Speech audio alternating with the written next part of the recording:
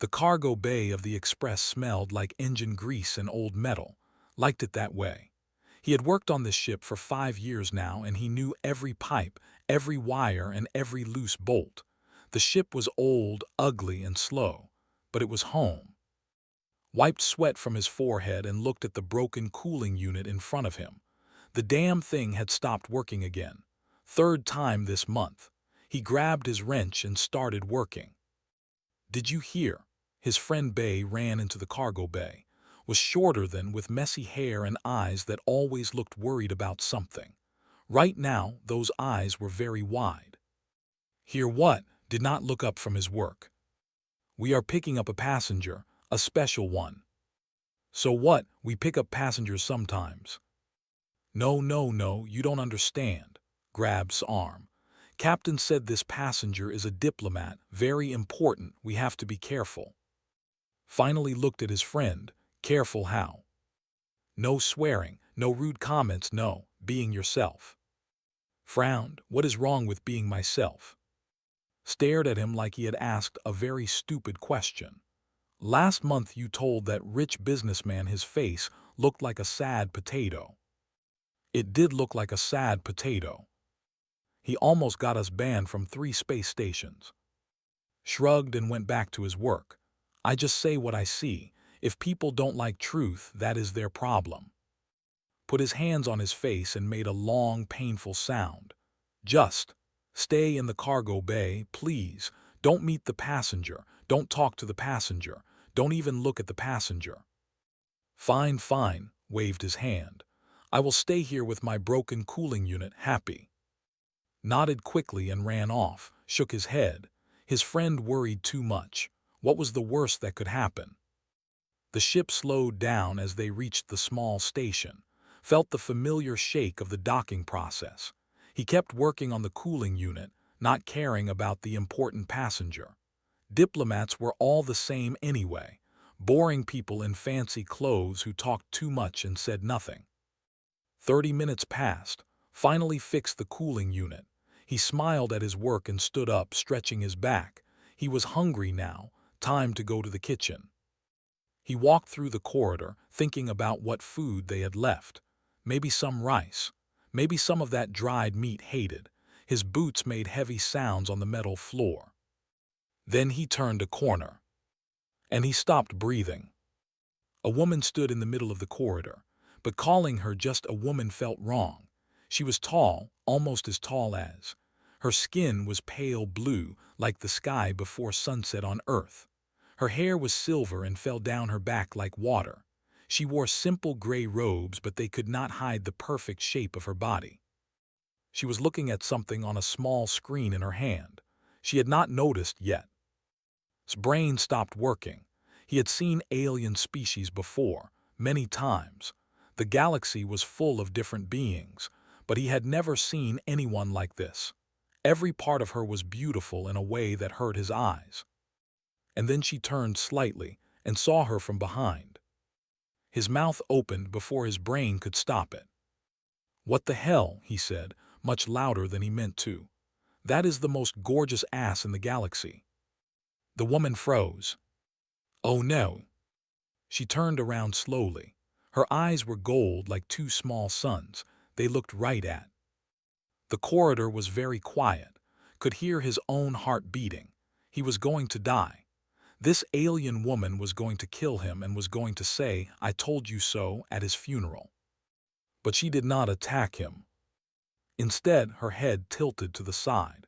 She looked at him like he was a strange animal she had never seen before. "Do you know me?" she asked. Her voice was soft and musical like wind through trees. His brain was still broken. "No," he said honestly. "Should I?" Something changed in her gold eyes. Surprise, interest, could not tell. "Perhaps not," she said slowly. A small smile appeared on her blue lips. "You are honest." "I just say what I see." His face was very hot now. He was probably red like a tomato. "Look, I am sorry. I did not mean to say that out loud. It just came out." "You are sorry for speaking truth." "No, I mean, yes, I mean," ran his hand through his hair. "It was rude. My mother always said I was rude." The woman took a step closer to him. She smelled like flowers had never seen before. "On my world," she said, "speaking truth is rare. Most people hide their real thoughts. They speak with pretty lies. They smile while they plan betrayal." She looked at with those golden eyes. "But you looked at me and said exactly what you were thinking." Did not know what to say. Was she angry, happy? He really could not tell. "What is your name?" she asked. "I am the engineer on this ship." She repeated. His name sounded strange and beautiful in her voice. "I am Luna." Luna nodded. "Nice to meet you, and sorry again about the comment." Luna smiled wider. "Do not be sorry, it was refreshing." Before could respond, he heard running footsteps behind him. Appeared, his face pale with fear. "There you are, I told you to stay in the," saw Luna and almost fell over. Oh no. "I am so sorry, honored guest. Please forgive my friend. He has no manners. He was raised by wolves." "I was not raised by wolves." "Shut up," Grab's arm and started pulling him away. "We are leaving now. Please enjoy your time on our ship." Luna watched them go with that same mysterious smile on her face. "I believe I will," she said quietly. Dragged around the corner and pushed him against the wall. "What did you do?" asked. His voice was high and scared. "Nothing." "I heard you say something about," lowered his voice, "about her behind." "I might have mentioned it." Made that painful sound again. "We are dead. We are so dead. That woman is a diplomat. She could have us arrested or killed, or arrested and then killed." She did not seem angry. "They never seem angry before they kill you." Captain's voice came through the ship's speakers. "Come to the bridge, now." Looked at with terror in his eyes. "This is it. This is how we die." They walked to the bridge together. Was not too worried. He had survived many bad situations before. And there was something about that woman, about Luna, that made him think she was not the type to kill someone over a stupid comment. Captain was waiting for them. She was a small woman with short gray hair and sharp eyes. She had been flying ships for 30 years and had seen everything. "I heard we had a small incident," she said. "It was fault," said immediately. Traitor muttered. Held up her hand. "I do not want to know details. I just want you both to stay away from our passenger. She needs quiet travel. No problems, no incidents. We get her to her destination, we get paid, and we never speak of this again. Understood?" "Yes, Captain," they both said. "Good, now get back to work." Walked back to the cargo bay, thinking about golden eyes and a mysterious smile. There was something strange about that woman, something she was hiding. But that was not his business. He was just an engineer. He would fix his machines, eat his food, and stay out of trouble. At least that was the plan. He did not know that Luna was standing at her window, watching the stars, thinking about him too. In her long life she had met millions of people. Kings, generals, scientists, artists. But none of them had ever looked at her with such simple, honest eyes. None of them had ever made her laugh inside like this foolish human had. Perhaps this journey would be more interesting than she had expected. 3 days had passed since the passenger came aboard, 3 days of trying to avoid her, and 3 days of failing completely. It started small. He would be fixing a pipe in the lower deck, and suddenly Luna would appear. She would ask what he was doing. He would explain. She would watch him work with those golden eyes that seemed to see everything. Then it happened again, and again, and again. "She is following you," said one evening. They were eating dinner in the small kitchen. The food was bad as always, dried meat and cold rice. "She is not following me," said. "She is just walking around. The ship is small. We keep meeting by accident." "She found you in the engine room." "Nobody goes to the engine room. Even I don't go to the engine room, and I have worked here for 4 years." Chewed his food and said nothing. Was right, of course. Luna did seem to appear wherever was working, but he did not understand why. He was nobody special, Just a simple engineer who said stupid things. The door to the kitchen opened. Luna walked in. Choked on his rice. "Good evening," Luna said. She moved with grace like water flowing. Even in her simple gray robes she looked like royalty. "May I join you?" "Yes, of course, please," jumped up and nearly knocked over his food. "I was just leaving anyway." "You have not finished eating," Luna said. "I am not hungry anymore," grabbed his plate and ran out of the kitchen like something was chasing him. Luna watched him go with a small smile. Then she sat down across from. "Your friend is very nervous around me," she said. "Is nervous around everyone." Kept eating. His mother had taught him not to stop eating just because someone sat down. Food was important. "But you are not nervous." Shrugged. "Why should I be?" Luna tilted her head. That gesture again. She did it often, like a curious bird studying something new. "I am a stranger, an alien. You know nothing about me or my kind. Most humans would be careful." "I have met many aliens," said between bites. "Some good, some bad, same as humans. Being nervous does not help anything." Luna was quiet for a moment. Then she asked, "What qualities do your people value? What makes someone worthy of respect among humans?" Thought about it. No one had ever asked him such a question before. "Being useful," he said finally. "Working hard, not being an asshole to others, keeping your promises." "What about blood, family name?" "Some people care about that. Rich people mostly, but regular people like me. We don't care who your parents are, we care about what you do." Luna leaned forward. Her golden eyes were very bright. "So a person born in poverty could earn more respect than someone born in a palace." "If they work hard and treat people well, sure, happens all the time." "Fascinating," Luna whispered. She seemed truly amazed by this idea, did not understand why. It seemed very normal to him. "Is it different where you come from?" he asked. A shadow passed over Luna's face. For a moment, she looked very tired and very sad. "Yes," she said, "very different. Among my people, blood is everything. You are born into your place in society.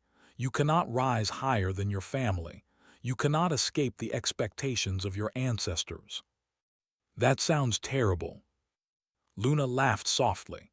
"It is the only way my people have known for 10,000 years." Finished his food and pushed the plate away. 10,000 years of doing something does not make it right. It just makes it old. Luna stared at him. Then she laughed again, louder this time. It was a beautiful sound, like music. "You are very strange." "I am very honest. There is a difference." They talked more that night. Luna asked about Earth, about human history, about life. He told her about growing up poor, about learning to fix machines, about joining the Express. Simple stories, boring stories, but she listened like they were the most interesting things in the galaxy. The next day she found him again, this time in the cargo bay. "What is this?" She pointed at a large machine covered in dust. "Old water recycler. Broken. Captain wants me to fix it, but I need parts we do not have." "You can fix anything." Smiled. "Not anything, but most things. Machines make sense to me. You learn how they work, you understand what they need, and you fix them. Not complicated."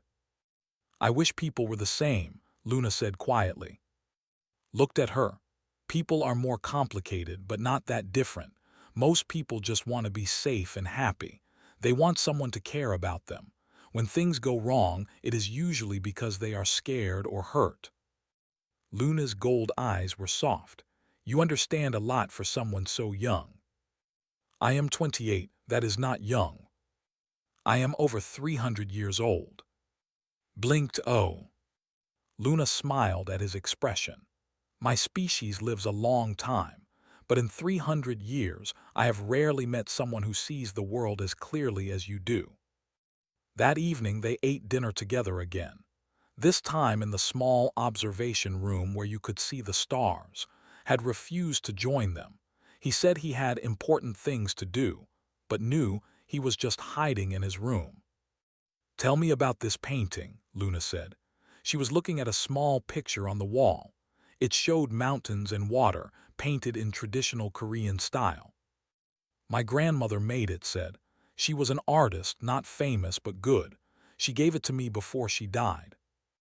"It is beautiful. What do the mountains represent?" She said mountains represent endurance. They stay the same while everything around them changes. She wanted me to be like a mountain, steady, strong, not shaken by small problems. Luna touched the painting gently. "And have you been like a mountain?" "I try," looked at the stars outside the window. "Life is hard sometimes. People leave, things break, plans fail, but if you stay steady, you can survive anything." "That is wise." "That is my grandmother." They sat in comfortable silence for a while. The stars moved slowly past the window. The ship hummed quietly around them. Luna said suddenly, "What do you think of me?" The question surprised him. "What do you mean?" "When you look at me, what do you see?" "Not my body," she added quickly. "You already made your opinion on that clear." His face turned red. "I am never going to live that down, am I?" "Never," but she was smiling. Thought carefully. "I see someone who is very tired, someone who carries a heavy weight, someone who is looking for something but does not know what." Luna was quiet for a long moment. When she spoke, her voice was thick with emotion. "How do you see so much?" "I told you, I just say what I see." A tear rolled down Luna's blue cheek. She wiped it away quickly. "Sorry," she said. "I am not usually so emotional." "It is okay. Everyone needs to cry sometimes." "Do you cry?" "Sometimes. When I am alone. When I think about my grandmother or my parents or all the things I wanted to do but never did." "What did you want to do?" Smiled sadly. "When I was young, I wanted to see the whole galaxy. Every planet, every star. I wanted to have adventures and be a hero. But then life happened. Bills needed to be paid. Ships needed to be fixed. Dreams became smaller." "Do you regret it?" "No, this life is good. Simple but good. I have a job, a friend, a place to sleep. Many people have less." Luna looked at him with something new in her golden eyes. Something that might have been admiration. "You are a rare person." "I am just a person, nothing special." In her mind, Luna disagreed. In her 300 years, she had met kings and queens, warriors and scholars. She had seen the greatest and worst of what intelligent beings could be. But she had never met anyone like this simple human engineer, who fixed machines and spoke truth without fear. She did not know it yet, but her world was about to change, and so was his. Far away on her home planet, powerful people were looking for her. They had hired the best killers in the galaxy. They would not stop until she was dead. But for now, in this small observation room, there was only peace. Two people from different worlds, watching the stars together, finding something they did not know they were looking for. The attack came without warning. Was sleeping in his small room when the ship shook violently. He fell out of bed and hit the floor hard. Alarms started screaming. Red lights flashed everywhere. What the hell? He grabbed his boots and ran into the corridor. Was already there, his face white with fear. "Pirates, someone is boarding the ship." Pirates looked toward the cargo bay. He could hear metal cutting.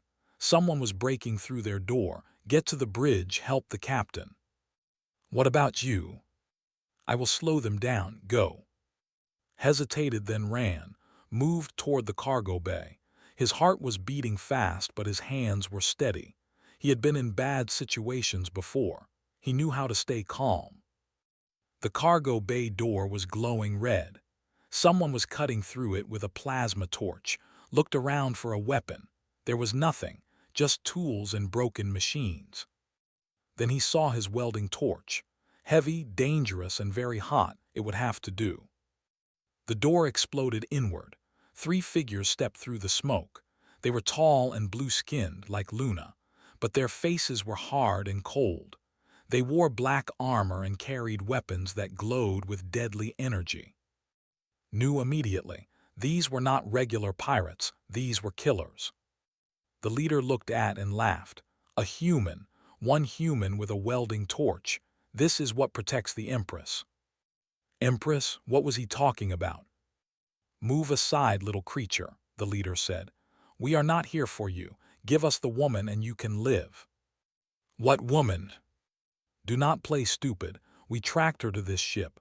The Empress. She runs from her fate, but fate always finds her. His mind raced. Luna, they were talking about Luna, but Empress, that made no sense. Luna was just a diplomat, a passenger. She could not be. The leader grew impatient. Last chance, human, where is she? His grip on the welding torch tightened. He did not know what was happening. He did not know if Luna was really an empress or just a woman with strange eyes. But he knew one thing for certain.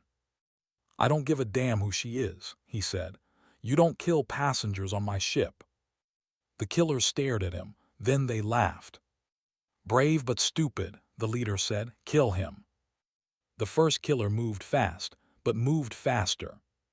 He had spent his whole life working with machines. His reflexes were sharp from years of dodging hot metal and sparking wires. He ducked under the killer's weapon and swung his welding torch. The flame hit the killer's arm. The alien screamed and dropped his weapon, grabbed the weapon and threw it away. Then he kicked the killer in the stomach and pushed him into the second killer. The leader watched with surprise. Interesting, the human has some fight in him. I have a lot of fight, said. His voice was steady even though his heart was racing. Come and see. The leader attacked. He was faster and stronger than much faster, much stronger. His fist hit his chest like a hammer, flew backward and crashed into a pile of boxes. Pain exploded through his body. Something was broken. Maybe a rib, maybe more than one. But he got up. The leader hit him again. Fell, he got up again. Why do you keep rising? The leader asked. You cannot win, you are weak, you are nothing. Spat blood on the floor. Maybe, but I am not going to die lying down. He attacked again.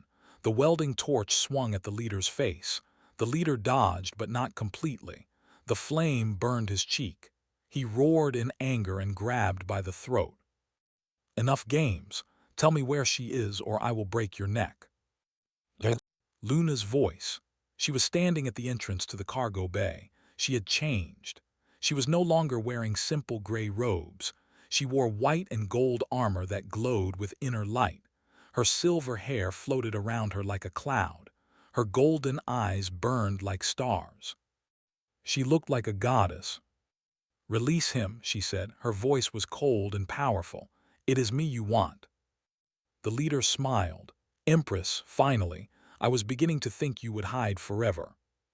I do not hide, Luna said. I was merely waiting. Now let the human go. He has nothing to do with this. He has everything to do with this. He chose to defend you. He chose to fight. Choices have consequences. The leader's hand tightened on his throat. I think I will make him watch when I kill you. Then I will kill him slowly. Luna's eyes flickered with fear, not for herself, for that fear made angry. Why should she be afraid for him? He was the engineer. He was supposed to protect the ship and everyone on it. He brought his knee up hard into the leader's stomach. The killer grunted and loosened his grip, bit the leader's arm as hard as he could. The leader screamed and threw away, rolled across the floor, coughing and gasping. Damn human animal, the leader raised his weapon. Die. The cargo bay door behind him exploded open. Stood there, his hand on a control panel. Airlock opening in 3 seconds, shouted, grab something. Everything happened at once. Grabbed a metal pipe welded to the floor. Luna grabbed a support beam. The 3 killers had no time to react. The outer airlock opened. The vacuum of space pulled at everything in the cargo bay. The 3 killers screamed as they were sucked out into the darkness. Their voices disappeared instantly in the silence of space. Then the airlock closed again. The cargo bay was quiet. lay on the floor breathing hard. His whole body was pain, his throat hurt, his ribs hurt, everything hurt. Luna was beside him in an instant. Her hands touched his face gently. "Are you alive? Please be alive." "I am alive," he croaked, "I think." Ran over and helped them sit up. His face was pale but relieved. "That was close, too close." "You saved us," Luna said too. "Thank you." "Do not thank me, thank." He gave me time to get to the controls, looked at his friend with amazement. "You fought 3 of them with a welding torch. Are you insane?" "Probably." Luna was crying now. Tears rolled down her blue cheeks as she looked at. "You almost died for me. You did not even know who I am." "They said," Empress coughed, "they called you Empress." Luna was quiet for a moment, then she nodded slowly. "I am sorry I lied to you. I am not just a diplomat. I am Empress of the Dominion. I rule one of the largest empires in the galaxy." Stared at her.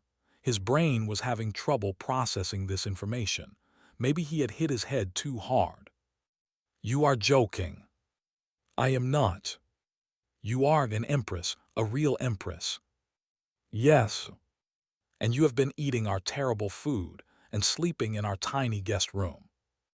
"Yes." Laughed. It hurt his ribs, but he could not stop. "This is insane. This is completely insane." "I know," Luna's voice was soft. "I am sorry." Looked like he was going to faint. "An empress, we have been. Captain is going to kill us." "Wait, no. Captain is going to be killed by the for disrespecting their empress. We are all going to die." "Nobody is going to die," Luna said firmly. "I chose to travel anonymously. Any disrespect was my own fault." She turned back too. Her golden eyes were filled with something he did not understand, something deep and complicated. "Why did you fight for me?" she asked. "You knew you could not win, you knew you might die. Why?" Thought about it. The answer came easily. "You were a passenger on my ship. It was my job to protect you." "That is all." "No," met her eyes. "You were also my friend, at least I thought you were. Whatever your name is, whoever you really are, we talked. We laughed. We watched the stars. That meant something to me." Luna's tears fell faster now. "It meant something to me too, more than you know." Captain's voice came over the speakers. "This is the captain. Is everyone alive down there?" "We are alive," shouted. "The killers are gone. Also our passenger is the empress of a giant alien empire, so that is happening." There was a long silence from the speakers. "Then someone needs to explain this to me, now." Luna stood up and helped to his feet. He leaned on her, too weak to stand alone. "I will explain everything," she said. "But first, let me help this brave fool to the medical bay. He saved my life. The least I can do is make sure he survives to hear my story." They walked slowly out of the cargo bay. Behind them, the stars shined through the closed airlock. The bodies of the killers floated in the darkness, getting smaller and smaller. Had many questions. Who sent the killers? Why did Luna run from her own empire? What would happen now? But those questions could wait. Right now, he just wanted to sleep, and maybe never wake up. Being a hero was much more painful than the stories made it sound. Woke up slowly. His body hurt everywhere. His ribs, his throat, his head. Even his fingers hurt somehow. He opened his eyes and saw the white ceiling of the medical bay. "He is awake." His voice came from somewhere to his right. Turned his head slowly. The movement sent pain through his neck. Was sitting in a chair beside the bed, looking relieved and terrified at the same time. "How long was I sleeping?" asked. His voice was rough. 14 hours. The medical machine fixed your broken ribs, but you lost a lot of blood. You needed rest." Tried to sit up, bad idea. He fell back immediately. "Do not move," another voice said, Luna's voice, but it sounded different now, more formal, more powerful. She walked into his view and understood why. Luna was no longer wearing simple gray robes or even the white armor from the fight. Now she wore a long gown of deep blue, decorated with gold and silver patterns. A thin crown of crystal sat on her silver hair. She looked like everything he had imagined when he thought of the word Empress. She looked like someone from another world, because she was. "You are joking," said. It was the same thing he had said before. He could not think of anything else. Luna smiled softly. "I am still not joking." Captain stood behind Luna, her arms crossed. The captain looked calm, but knew that look. It was the look she wore when she was trying very hard not to panic. "The situation," said slowly, "has changed." "Changed how?" Made a high sound. "Changed how? We have been carrying the ruler of one of the biggest empires in the galaxy. In our tiny, ugly cargo ship, we fed her dried meat and cold rice." "The dried meat was acceptable," Luna said. "The rice needed salt." "Not the point," grabbed his hair with both hands. "We are all dead. They will come for us. They will think we kidnapped their empress." "Nobody will think that," Luna said calmly. "I will explain everything to my people. You are heroes, not criminals." "Heroes?" repeated. He laughed in a strange, broken way. "Heroes." Stepped forward. "Your Majesty." "Please," Luna said. "Call me Luna, or, if you must be formal, I have had enough of titles for a lifetime." Luna then took a breath. "I need to understand what is happening. Who sent those killers? Why are you running from your own empire? And what do we do now?" Luna was quiet for a moment. She walked to the window and looked out at the stars. When she spoke, her voice was tired and heavy. "I have been empress for over 100 years. I inherited the throne from my mother, who inherited it from her mother, going back thousands of years. The Dominion is old and powerful, but it is also sick." "Sick how?" asked. "There are factions within my court, powerful families who believe they should rule instead of me. For decades they have tried to weaken me. They spread lies. They turn allies against me. And now," she paused, "now they have decided that I must die." "Why now?" "There is a galactic summit happening in 2 weeks. Leaders from every major power will gather to discuss the future of the galaxy. I was supposed to speak about reform, about change, about treating all beings with respect, regardless of their blood or birth." "They do not want reform," said. It was not a question. "No, the old families benefit from the current system. They are rich because others are poor. They are powerful because others are weak. If I succeed at the summit, their power will decrease." "So they sent killers to stop you," said. His voice was angry. "They would rather murder their own empress than share power." Luna turned from the window. Her golden eyes were filled with sadness. "You understand quickly. Yes, that is exactly what they are doing." The room was quiet. Looked at Luna, at this woman who ruled an empire but was hunted like an animal. He remembered her sitting in the kitchen, eating bad food and laughing at his jokes. He remembered her watching the stars with him, asking questions about human values. She had been running, hiding, looking for something to believe in. "What was your plan?" he asked, "before the killers found you?" "I was going to reach the summit secretly. Arrive without warning before my enemies could stop me. Speak my truth in front of the galaxy." "And now?" Luna looked at him with something like hope. "Now I do not know. My enemies know where I am. They will send more killers. They will not stop until I am dead." Stood up quickly. "Then we should leave, drop you at a station and run. No offense, but this is not our fight." Said quietly. "No, I know that look. You are thinking about doing something stupid again." "I am thinking about doing something right." Stared at him. "They almost killed you. You were unconscious for 14 hours. Your ribs were broken." "I know, I was there." "Then why do you want to help? She lied to us. She brought danger to our ship." Sat up slowly, ignoring the pain. He looked at Luna. "Did you know the killers would find you here?" "No," Luna said. "I thought I was safe. I thought they would not track me to such a small ship. I was wrong, and I am sorry." Nodded. She did not mean to put us in danger. She was trying to survive. He looked at. If you were running for your life, would you tell every stranger your secret? Opened his mouth, closed it, looked away. Spoke up. Even if we want to help, what can we do? We are a cargo ship with a crew of 3. The Empire has thousands of warships. I do not need warships, Luna said. I need to reach the summit alive, that is all. That is all, repeated. Just deliver an empress to a galactic summit while assassins hunt her. Simple. I know it sounds impossible.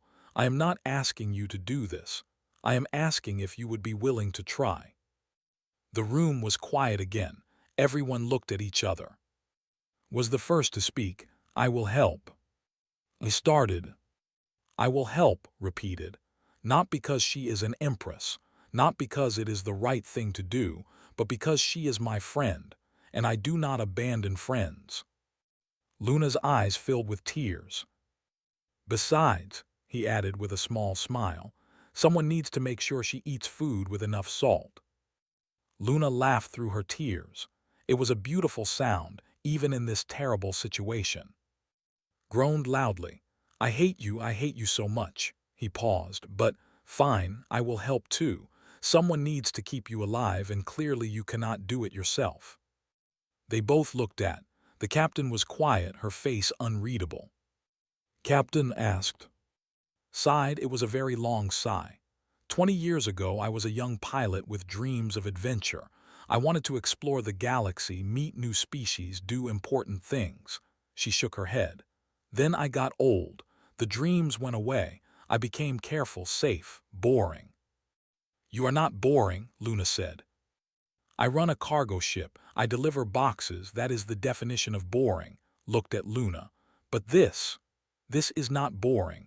This is insane, dangerous, and probably impossible. Is that a yes? Asked nervously. That is a yes, smiled. It was a small, tired smile. I always wanted to do something that mattered. This matters. Luna looked at all of them. This tiny crew of a tiny ship, a captain who had forgotten her dreams, an engineer who spoke without thinking, a nervous mechanic who complained about everything. They were nothing compared to the powers hunting her. They had no army, no weapons, no important connections. But they had something else, something Luna had not seen in 100 years of ruling an empire. They had honest hearts. They were willing to risk everything, not for reward or power, but because it was right. Thank you, Luna said. Her voice was thick with emotion. All of you, I do not know how to repay this. You can start by telling us everything, said. Who exactly is hunting you? How do we avoid them? And how do we get you to this summit? There is one more thing, said. He looked at Luna with a strange expression. About that comment I made when you first came aboard. Luna raised an eyebrow. The comment about my attributes. Yes, his face was very red.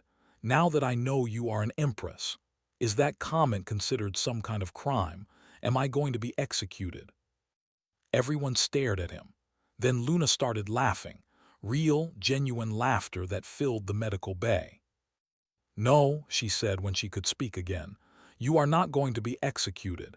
In fact, that comment, it was the first honest thing anyone had said to me in 50 years. Really? Really? Everyone in my court speaks in careful words. They hide their thoughts. They pretend respect while planning betrayal. But you, she smiled warmly. You just said what you were thinking without fear, without calculation. It was refreshing. He does that a lot, muttered. It is usually less charming. I think it is very charming, Luna said, and the way she looked at made him blush even harder.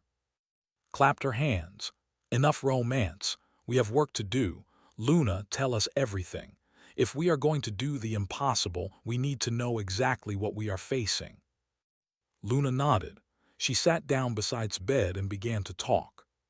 She told them about her empire, about the old families who hated change, about the summit and what it meant, about the killers who would keep coming.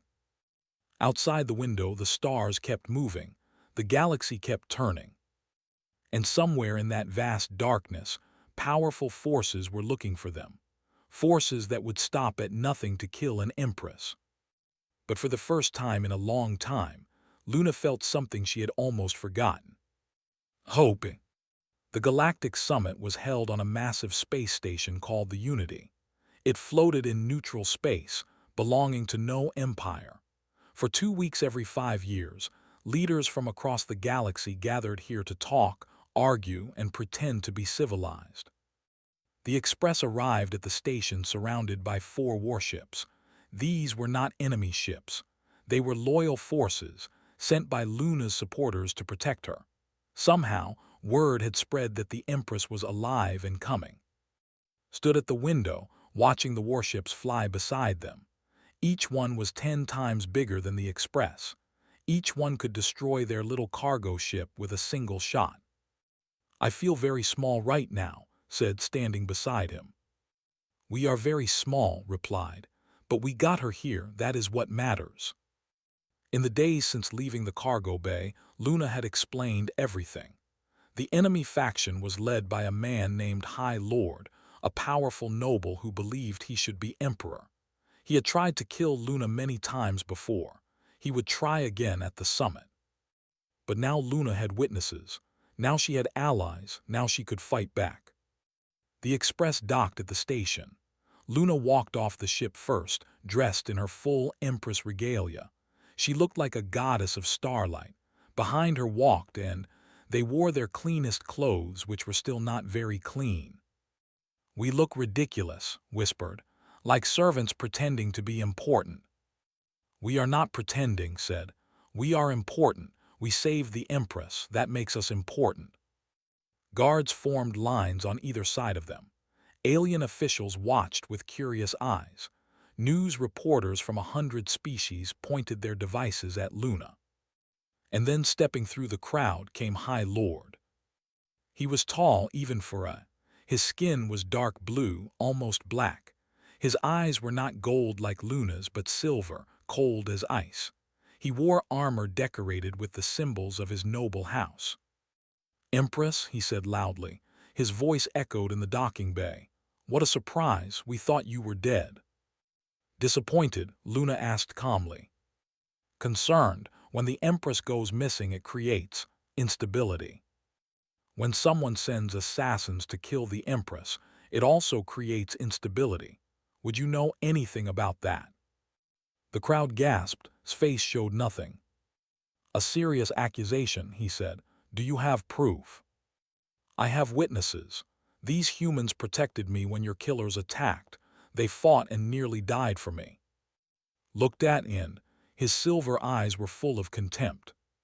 "Humans," he said, as if the word tasted bad. "You trusted your life to these primitive creatures. This is more evidence that you are unfit to rule." These primitive creatures did what none of my own people would do. They stood against impossible odds because it was right.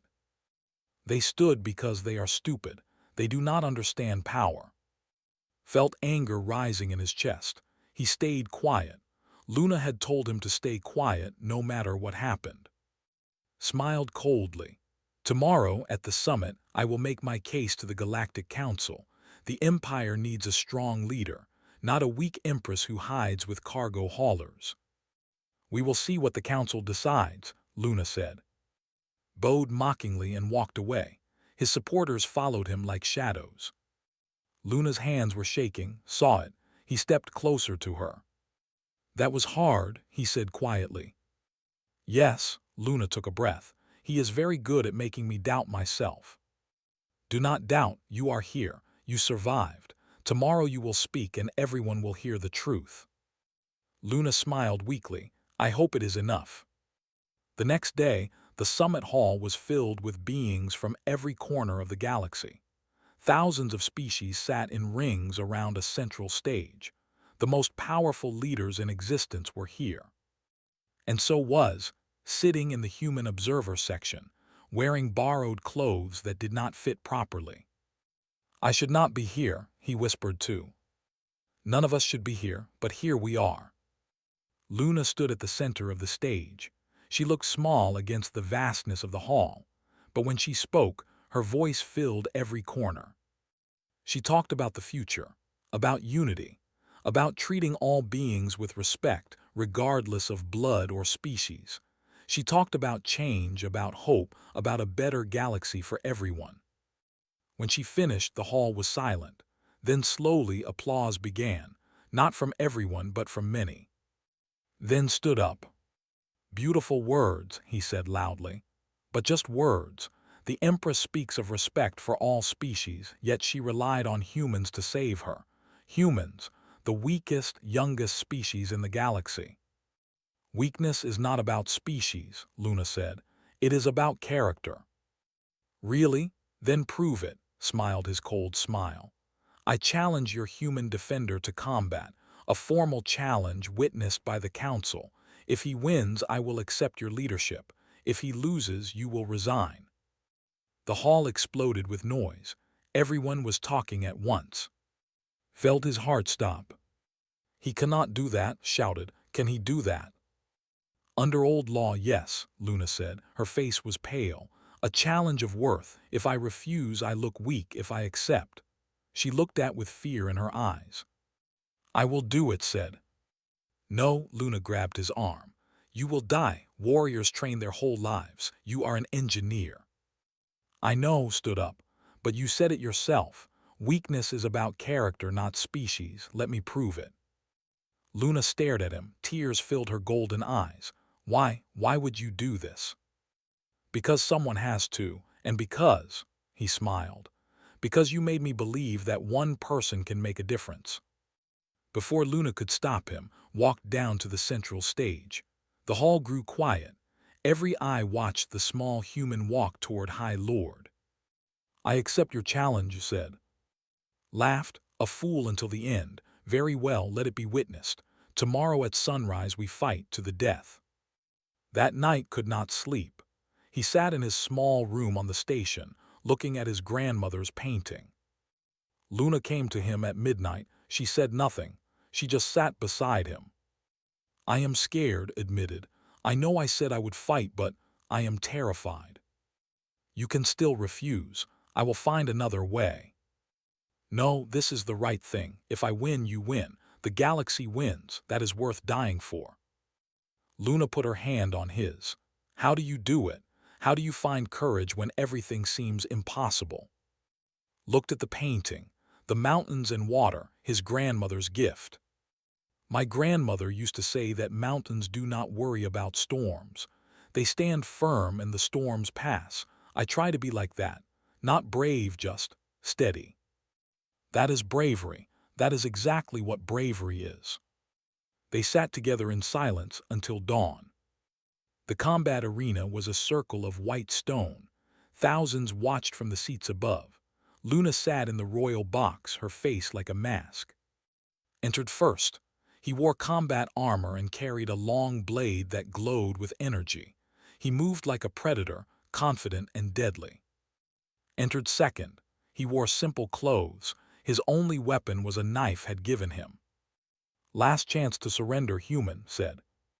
No, held his knife ready. "Let us finish this." Attacked, he was fast, faster than anything had ever faced. The blade swung down and barely dodged. He rolled away, his heart pounding. "Slow and weak," laughed. "This will not take long." He attacked again, and again, and again. Dodged, rolled, ran. He could not block the powerful strikes. He could only avoid them. The crowd grew quiet. This was not a fight. This was an execution. But refused to fall. Every time hit him, he got back up. Every time he was knocked down, he stood again. Blood ran from cuts on his arms and face. His body screamed with pain, but he kept moving. "Why will you not die?" roared. He was getting frustrated, getting sloppy. "Because," spat Blood, "because I am human and we do not know when to quit." Lunged with all his strength. It was his mistake. Had been waiting for this moment. He dropped low under the swing and rolled behind. Then he grabbed a handful of white sand from the arena floor and threw it in his eyes. Screamed and stumbled. Did not hesitate. He grabbed a chair from the edge of the arena and broke it over his head. Then he kicks legs out from under him. Fell was on him instantly. He pressed his small knife against throat.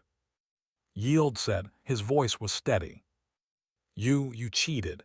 This is not honorable combat. No, this is human combat. We use everything we have. We fight to survive. The crowd was shocked. No one had expected this.